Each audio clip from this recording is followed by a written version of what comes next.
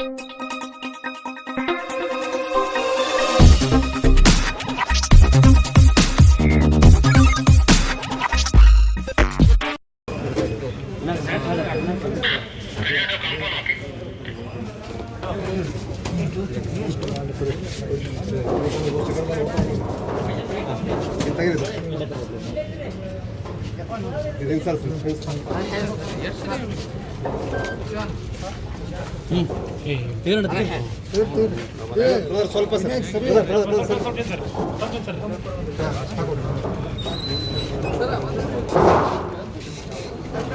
ಮುಂದೋಗೋ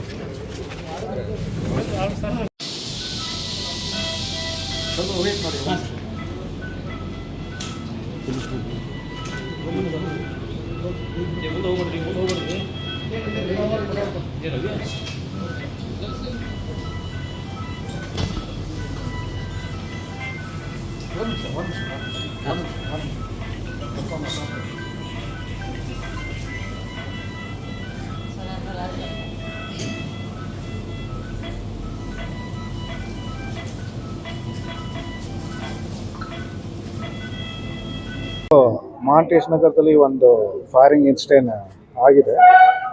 so ಇದರಲ್ಲಿ ಈಗ ಸದ್ಯಕ್ಕೆ ನಮ್ಮ ಪ್ರಿಲಿಮಿನರಿ ವಿಚಾರದಲ್ಲಿ ನಮಗೆ ಒಂದು ಸುದ್ದಿ ಬಂದಿದೆ. ಸೊ ಇವತ್ತು ಅವರು ವಿಕ್ಟಿಮ್ ಅವರು ವನೀತ್ ಅಂತ ಅವರು ಫ್ರೆಂಡ್ ಮನೆಗೆ ಅವರು ಹೋಗಿದ್ದಾರೆ. ಇದು ಎಲ್ಲ ಊಟ ತಿನ್ನಲಿಕ್ಕೆ, ನಾನ್ ವೆಜ್ ತಿನ್ನಲಿಕ್ಕೆ ಅವ್ರ ಫ್ರೆಂಡ್ ಮನೆಗೆ ಹೋಗಿದ್ದಾರೆ. ಸೊ ಅಲ್ಲಿ ಅವ್ರ ಫ್ರೆಂಡ್ ಜೊತೆಗೆ ಇದ್ದಾಗ ಅವರು ಸ್ವಲ್ಪ ಅವರ ಲವ್ ಅಫೇರ್ ಬಗ್ಗೆ ಸ್ವಲ್ಪ ಡೀಟೇಲ್ಸ್ ಶೇರ್ ಮಾಡಿದ್ದಾರೆ. ನಾನು ಆ ಹುಡುಗಿ ಜೊತೆಗೆ ಮದುವೆಯಿಂದ ಭೇಟಿ ಆಗಿದೆ, ಈಗ ಸ್ವಲ್ಪ ಈ ಥರ ಪ್ರಾಬ್ಲಮ್ ಬಂದಿದೆ ನಮ್ಮ ಇಬ್ಬರು ನಡುವೆ. ಆವಾಗ ಅವರ ಫ್ರೆಂಡ್ ಅವರು ಏನು ಹೇಳಿದರೆ, ಆಯಿತು ನಾನು ಎಲ್ಲ ಕರೆಕ್ಟ್ ನಾನು ಮಾಡಿಸ್ತೀನಿ ಅಂತ, ನಾನು ನಿಮ್ಮ ಗರ್ಲ್ಫ್ರೆಂಡ್ ಜೊತೆಗೆ ನಾನು ಮಾತಾಡ್ತೀನಿ ಅಂತ ಅವರ ಮೊಬೈಲ್ ನಂಬರ್ ಕೊಡಿ, ನಾನು ಮಾತಾಡ್ತೀನಿ ಅಂತ. ಸೊ ಅವರು ಫೋನ್ದಲ್ಲಿ ಮಾತಾಡ್ತಿದ್ದಾರೆ. ಮತ್ತು ಬನ್ನಿ ಇಲ್ಲಿ ಡಿಸ್ಕಸ್ ಮಾಡೋಣ ಅಂತ ಅವರು ಕರೀತಾರೆ. ಸೊ ಆಮೇಲೆ ಸ್ಟಾರ್ಟಿಂಗ್ ಅವರು ಗರ್ಲ್ಫ್ರೆಂಡ್ ಅವರು ಬಂದಿದೆ. ಮತ್ತು ಆವಾಗ ಇಬ್ಬರು ಸ್ವಲ್ಪ ಮಾತಾಡ್ತಿದ್ದಾರೆ. ಆವಾಗ ನಡುವೆದಲ್ಲಿ ಸ್ವಲ್ಪ ಮಾತಾಡ್ತಿದ್ದೆ, ಹಾಗೆ ಮಾತಾಡ್ತಿದ್ದೆ. ಕೆಲವು ನಿಮಿಷ ನಂತರ ಮತ್ತೆ ಅವರ ಬೇರೆ ರಿಲೇಟಿವ್ ಅಲ್ಲೇ ಬಂದು ಮತ್ತೆ ಯಾಕೆ ನೀವು ಈ ಥರ ಮಾಡಿದ್ರಿ ಅಂತ ಸ್ವಲ್ಪ ಗಲಾಟೆ ಆಗಿದೆ. ಗಲಾಟೆ ಮಾಡುವಾಗ ಮತ್ತೆ ಒಬ್ಬ ಆರೋಪಿ ಅವನು ಪಿಸ್ತಲ್ ತಗೊಂಡು ಫೈರ್ ಮಾಡಿದ್ದಾನೆ. ರೌಂಡ್ಸ್ ಅಂದರೆ ಈಗ ಅದು ನಮ್ಮ ಟೀಮ್ ಈಗ ಸ್ಪಾಟ್ ಹೋಗ್ತಾ ಇದ್ದಾರೆ. ಅದು ಸ್ವಲ್ಪ FSL ಅದು ಸ್ವಲ್ಪ ಚೆಕ್ ಮಾಡಬೇಕು ಎಷ್ಟು ಆಗಿದೆ.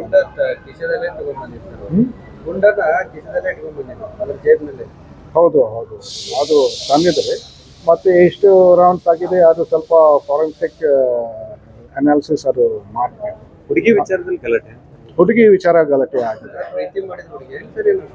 ಹೌದು ಅಂದರೆ ವಿಕ್ಟಿಮ್ ಯಾರು ಇದ್ರಲ್ಲ ಅವರು ಇನ್ನೊಬ್ರು ಹುಡುಗಿ ಜೊತೆಗೆ 4 ವರ್ಷದಿಂದ ಒಂದು ರಿಲೇಶನ್ಶಿಪ್ ಇದ್ದಾರೆ. ಇವತ್ತು ಮತ್ತೆ ಬೇರೆ ಹುಡುಗಿ ಮನೆಗೆ ಹೋಗಿದ್ದಾರೆ, ಇದು ನಾನ್ ವೆಜ್ ತಿನ್ನಲಿಕ್ಕೆ. ಸೊ ಇದು ನಾನ್ ವೆಜ್ ತಿಂದಿದ್ದಾಗ ಅವರು ಅವ್ರ ಫ್ರೆಂಡ್ಗೆ ಅವರು ಸ್ವಲ್ಪ ಈ ಥರ ಹೇಳಿದ್ರೆ, ನನಗೆ ಬಹಳ ಅಂದರೆ ಬೇಜಾರಾಗಿದ್ದೀನಿ ಅಂತ. ಅವರು ಕೇಳಿದರೆ ಯಾಕೆ ಬೇಜಾರಾಗಿದ್ರೆ, ಎಲ್ಲ ನನ್ನ ಲವ್ ಲೈಫ್ ಈ ಥರ ಆಗಿದೆ ಅಂತ.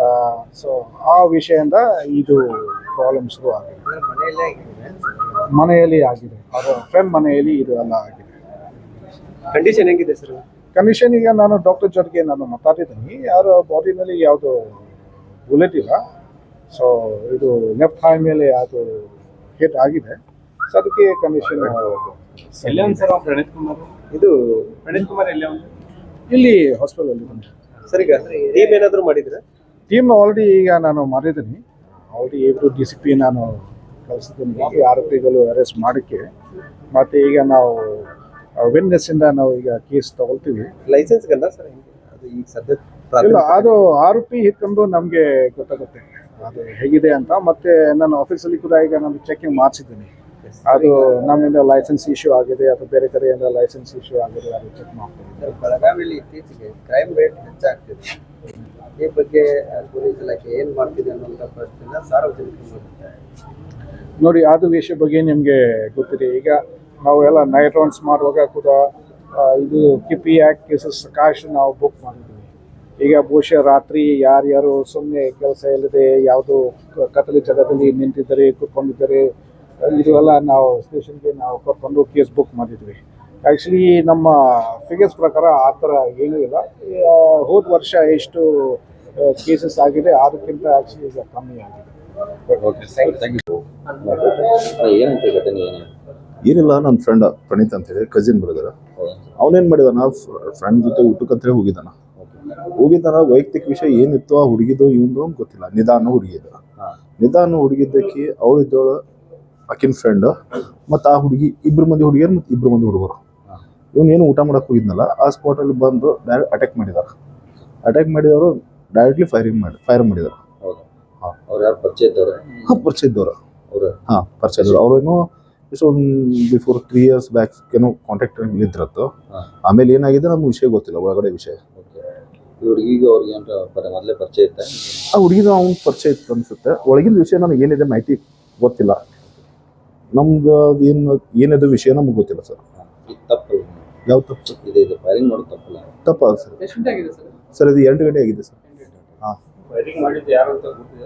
ಸರ್ ಫೈರಿಂಗ್ ಮಾಡಿದವರು ಅವ್ರು ಯಾರು ಕರ್ಕೊಂಬಂದಿದ್ರಲ್ಲ, ನಿಧಾ ಅಂತ ಹುಡುಗಿ, ಅವಳು ಇದ್ದವಳು ಇಬ್ಬರು ಮಂದಿ ಹುಡುಗರು ಕರ್ಕೊಂಡ್ಬಂದಿದ್ಲು. ಆ ಹುಡುಗಿ ಜೊತೆ ಇನ್ನೊಬ್ರು ಹುಡುಗಿ ಇದ್ಲು, ಇವ್ರು ಇಬ್ಬರು ಮಂದಿ ಹುಡುಗರು ಊಟಕ್ಕೆ ಕೂತಾಗ ಡೈರೆಕ್ಟ್ ಫೈರಿಂಗ್ ಮಾಡಿದ್ದಾರೆ.